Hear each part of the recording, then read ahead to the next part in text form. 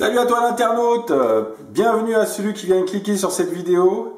Je me présente, je m'appelle Alain Barbeau, je te parle depuis mon atelier du centre Bretagne et aujourd'hui je vais t'apprendre comment transformer un morceau de polystyrène extrudé en une tuile pour des jeux modulables type Donjons & Dragons et Warhammer Quest. Pour ce tout premier atelier en ligne, je te l'ai préparé en deux vidéos d'à peu près 25 minutes. La première vidéo va couvrir la découpe de la tuile, la gravure, etc. Et la deuxième vidéo va couvrir plutôt le côté peinture. Donc si tu penses que ça t'intéresse ou que tu es juste curieux, eh bien mets-toi à l'aise et bonne lecture.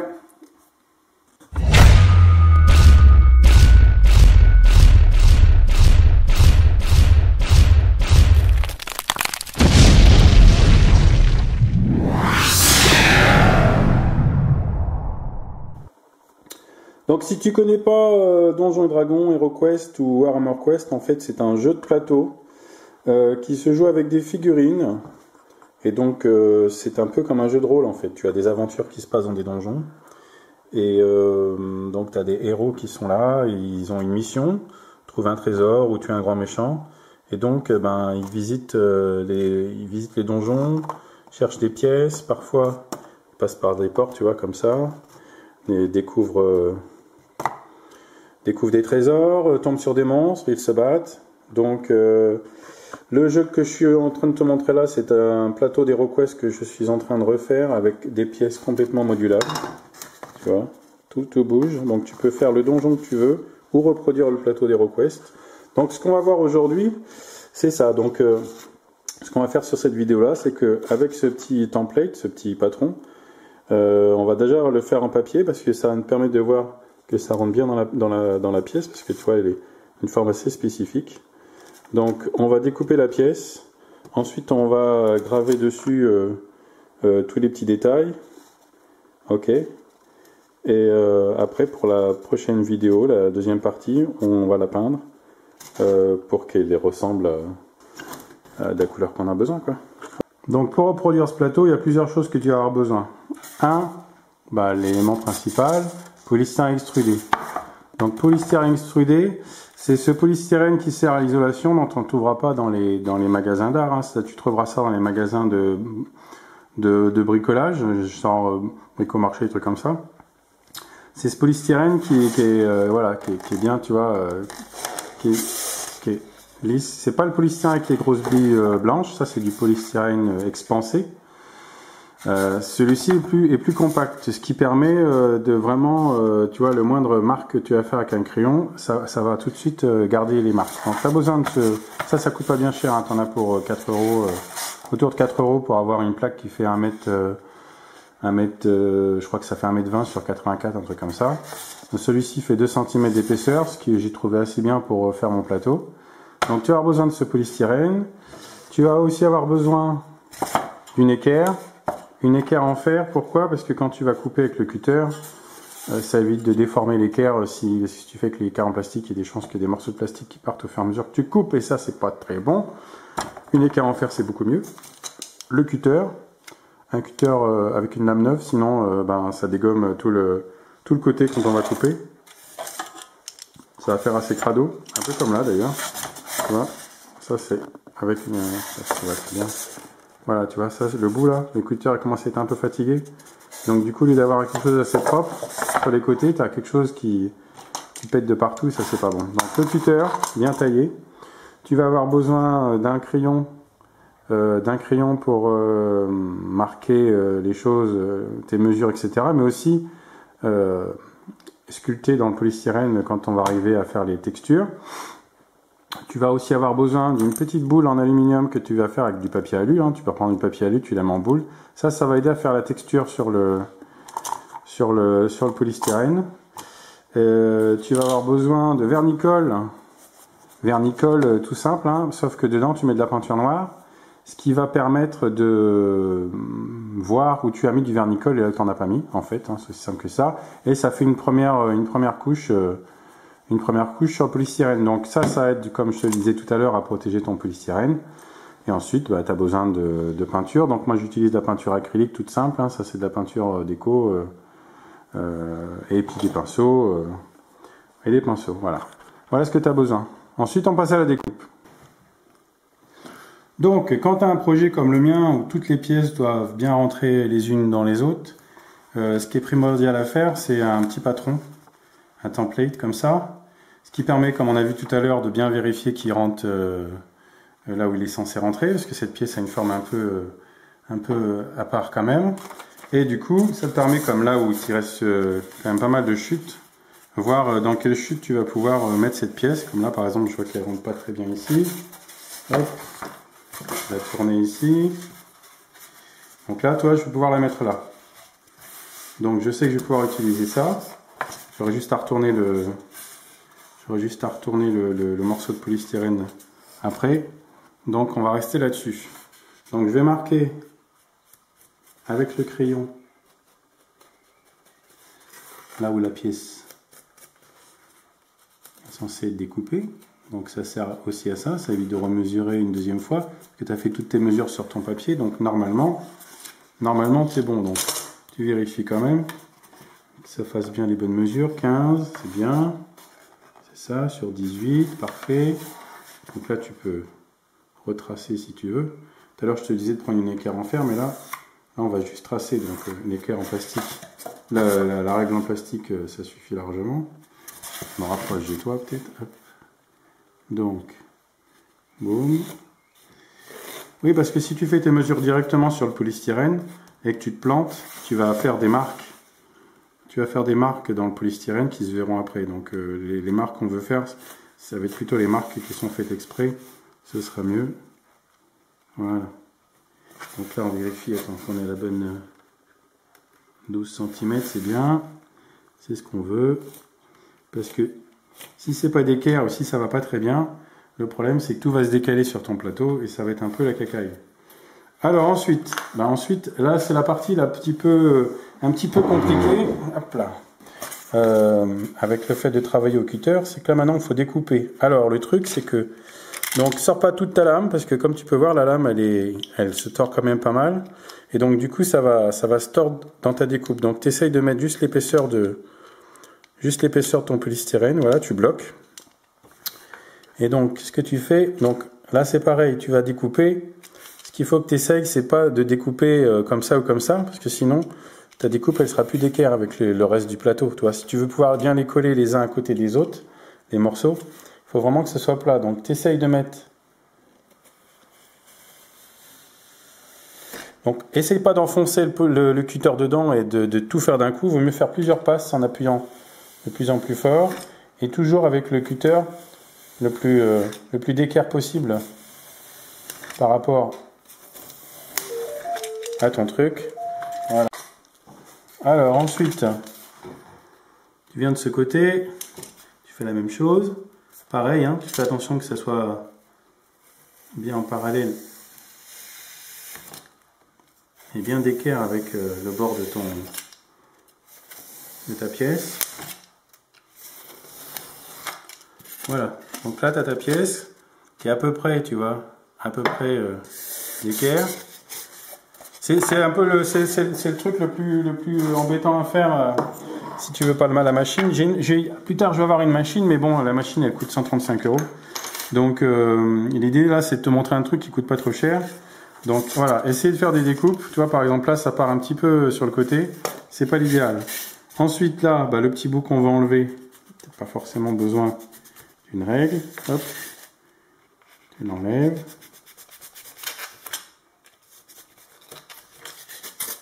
Voilà, donc là mon cutter il n'est pas super. Mais bon, voilà. Là tu as une découpe qui est à peu près d'équerre. Ce qui fait que quand tu vas la mettre, contre une autre pièce, tu vois, ça va bien coller l'un côté de l'autre. Ok, donc là tu as ta pièce. Ensuite ce qu'on va faire, c'est qu'on va venir vérifier que ça rentre bien là où elle est censée aller. Voilà. Donc là on est bon, là on est à fleur ici. Ok, donc c'est bon. On va pouvoir marquer le dessus. Donc maintenant ce qu'on va venir faire, c'est qu'on va venir marquer. On va venir marquer la pièce. Donc sur mon jeu, j'ai décidé que les murs l'un à côté de l'autre ferait 3 cm, la grosseur d'une case. Donc ce qui veut dire qu'une pièce toute seule, le mur fait 1,5 cm. Donc j'ai une bordure d'1 cm. J'ai une espèce de plinthe que j'ai créée là, qui fait 1,5 cm. Donc c'est ce qu'on va avoir tout autour. Donc là, 1 cm.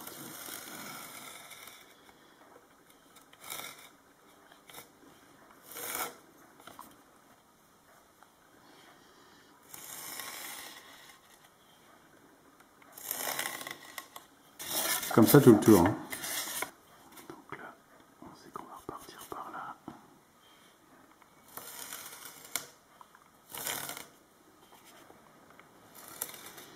Donc là, on sait qu'il y a 1 cm là. Donc je vais m'arrêter là. Pareil.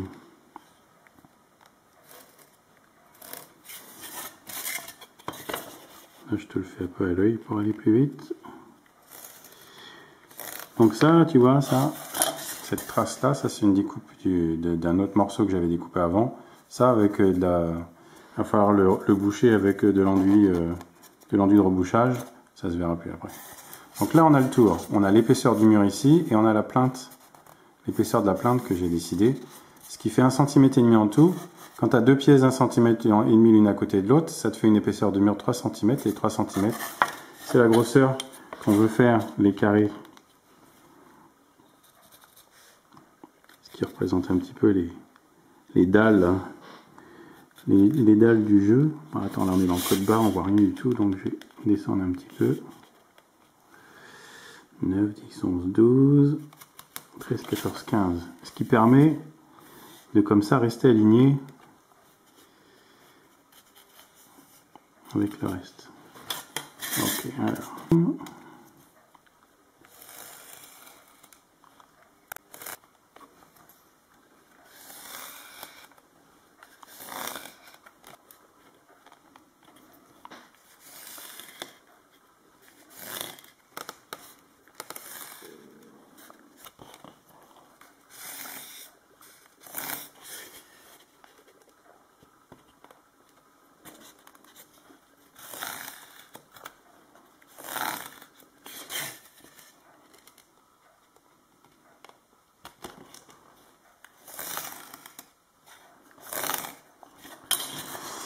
Voilà, donc on a tout notre quadrillage. Donc maintenant ce qu'on va faire, c'est qu'avec notre crayon, on va bien, pas trop droit le crayon parce que sinon on va arracher tout le polystyrène, mais un peu comme ça couché, tu vois, un peu comme ça plutôt.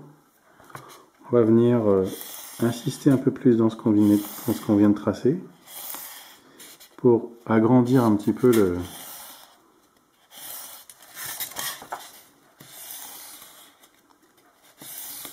l'écartement entre les cases.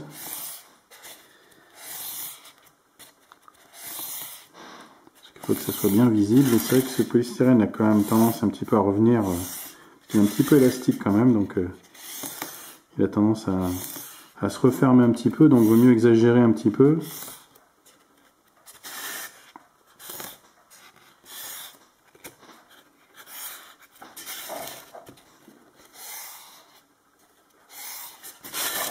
Voilà. Hop. Donc moi ce que je fais là même pour bien fermer pour bien séparer, je vais mettre mon crayon au milieu de la dalle, tu vois. Ça va arrondir un peu les angles.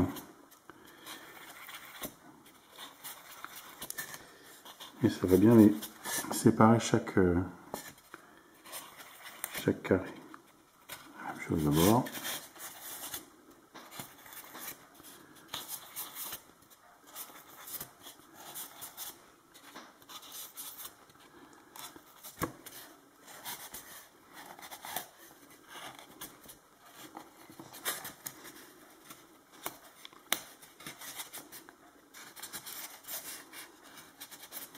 Voilà. Donc on a nos pièces. Maintenant ce qu'on va faire, c'est faire la texture. Donc pour faire la texture dessus, on va prendre notre petite bille d'aluminium qu'on a fait. Et on va venir la frotter comme ça.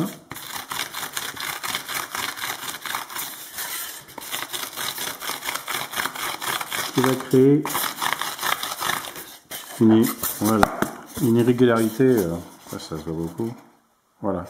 Tu vois, là, c'est pas passé. Là, c'est passé. Tu vois, ça crée un petit peu cette irrégularité sur le sol. Ça passe partout. Voilà. Un peu fatigué. Voilà. Ok. Ok. Donc, ensuite, ce qu'on va faire, ça, c'est cette étape-là. Maintenant, on va venir faire des marques au crayon sur le polystyrène. Alors voilà la pièce du plateau de jeu qu'on est en train de refaire. Sauf que la mienne, par rapport à l'épaisseur des murs, etc., pour que ça corresponde, j'ai rajouté une bande comme ça là. On a rajouté une, tu vois, normalement ça s'arrête là. J'en ai rajouté une. C'est pour que je sois bien aligné avec les autres pièces.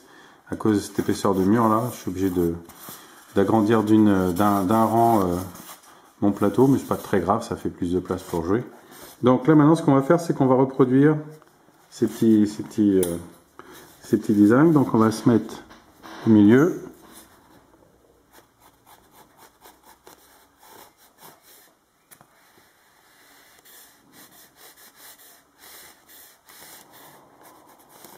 Comme ça avec le crayon. Je vois pas très bien avec la lumière. Mais...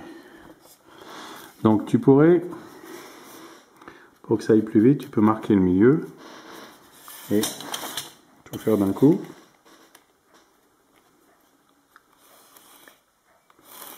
Qui va quand même plus vite.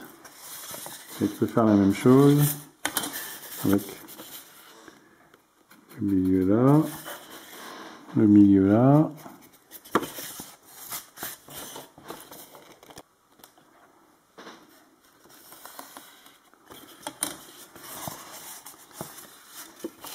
Faire la même chose pour toutes les cases. Donc là on a le milieu ici, le milieu ici.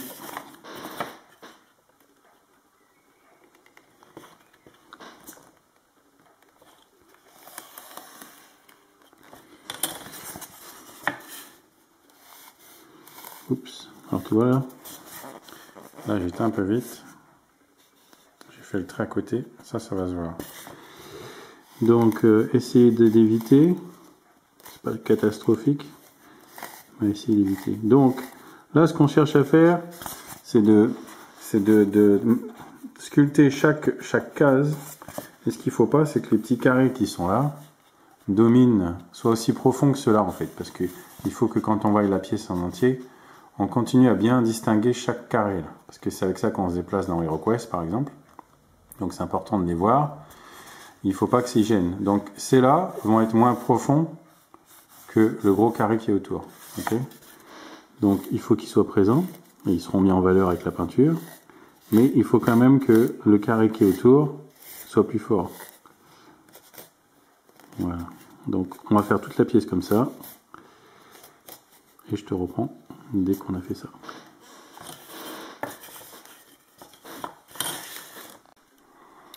Ok, alors donc, les petites marques sont terminées. Et comme tu peux le voir, tout est marqué.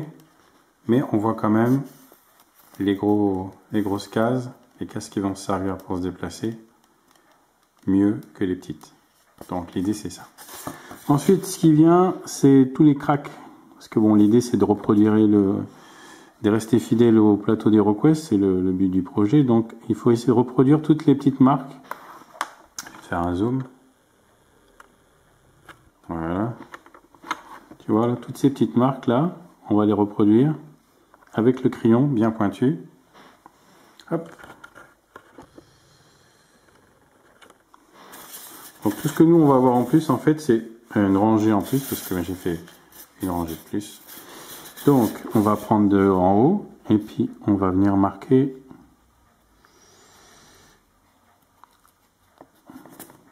Voilà. Donc là il y a deux outils qui vont nous servir pour marquer.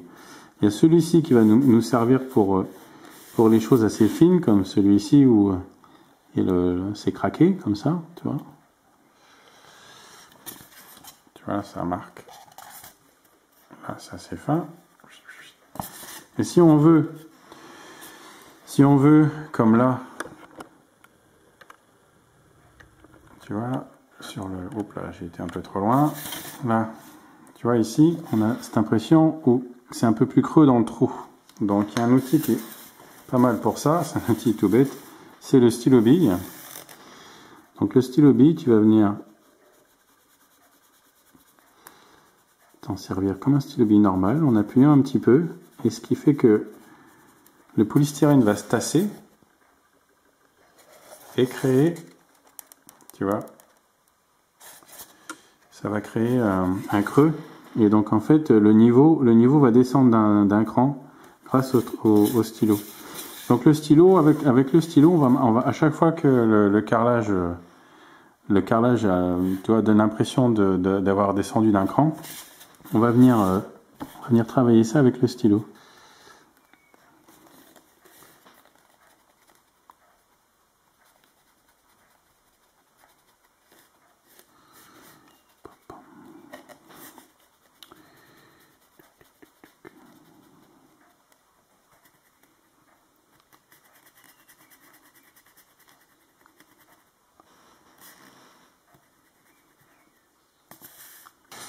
Qu'est-ce qu'il y a là-dessus? Voilà. Ici, on a ce crack là. On va refaire là.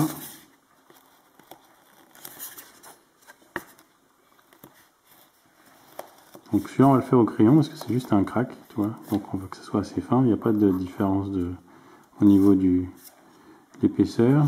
Il y a un autre crack ici.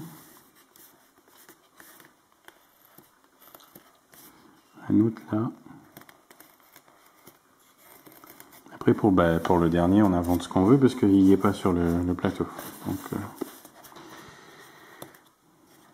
et vous pareil à la maison, si vous avez envie de faire un plateau qui n'a rien à voir avec celui d'HeroQuest, vous inventez ce que vous voulez comme crack. Donc les fissures comme ça au crayon fin, pour faire quelque chose d'assez fin quand même. Et dès que le niveau change de sol, par même là, si vous voulez faire un trou, enfin même pas forcément un trou, mais un endroit où le sol est un petit peu marqué, avec le crayon, hop. Alors à l'endroit où vous voulez que ce soit bien marqué, tu marques bien comme ça, que ce soit bien net. Et si tu veux que ça parte en dégradé, du coup tu appuies de moins en moins. Et du coup là, ça, on verra plus tu vois, donc ça on verra pas trop, et là on verra bien. Donc ça, cette marque là, je l'avais fait en faisant la ligne là, tu vois, ça avait un peu dérapé. Donc happy mistake, il faut s'en servir, hein, parce que sinon ça va, de toute façon ça va se voir, donc autant s'en servir pour faire comme si c'était un défaut du sol.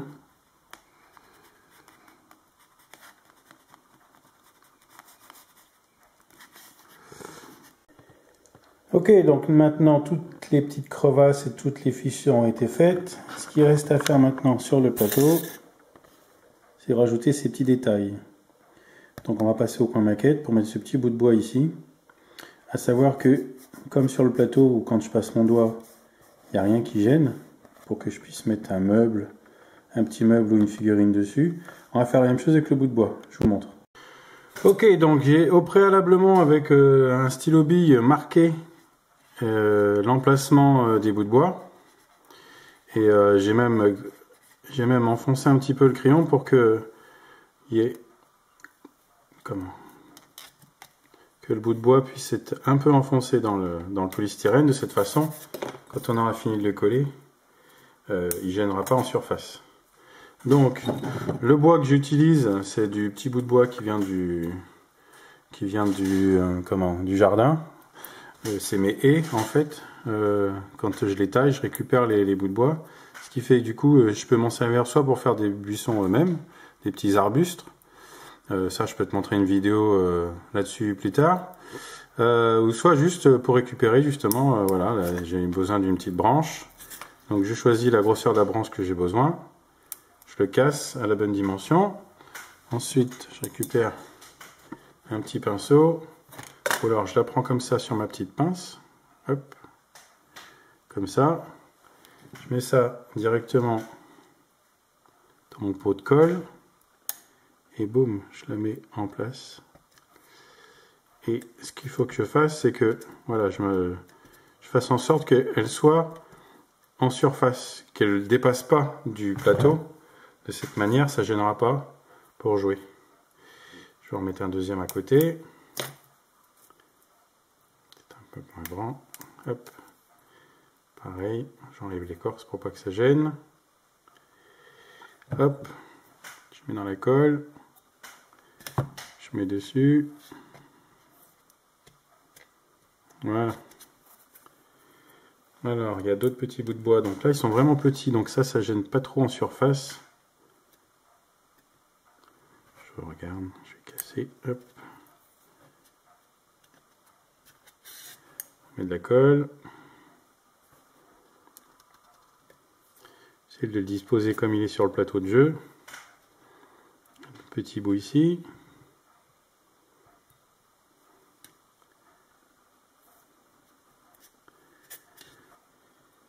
Voilà, l'idée c'est d'avoir les mêmes détails sans que ça gêne, hein, t'as bien compris je crois.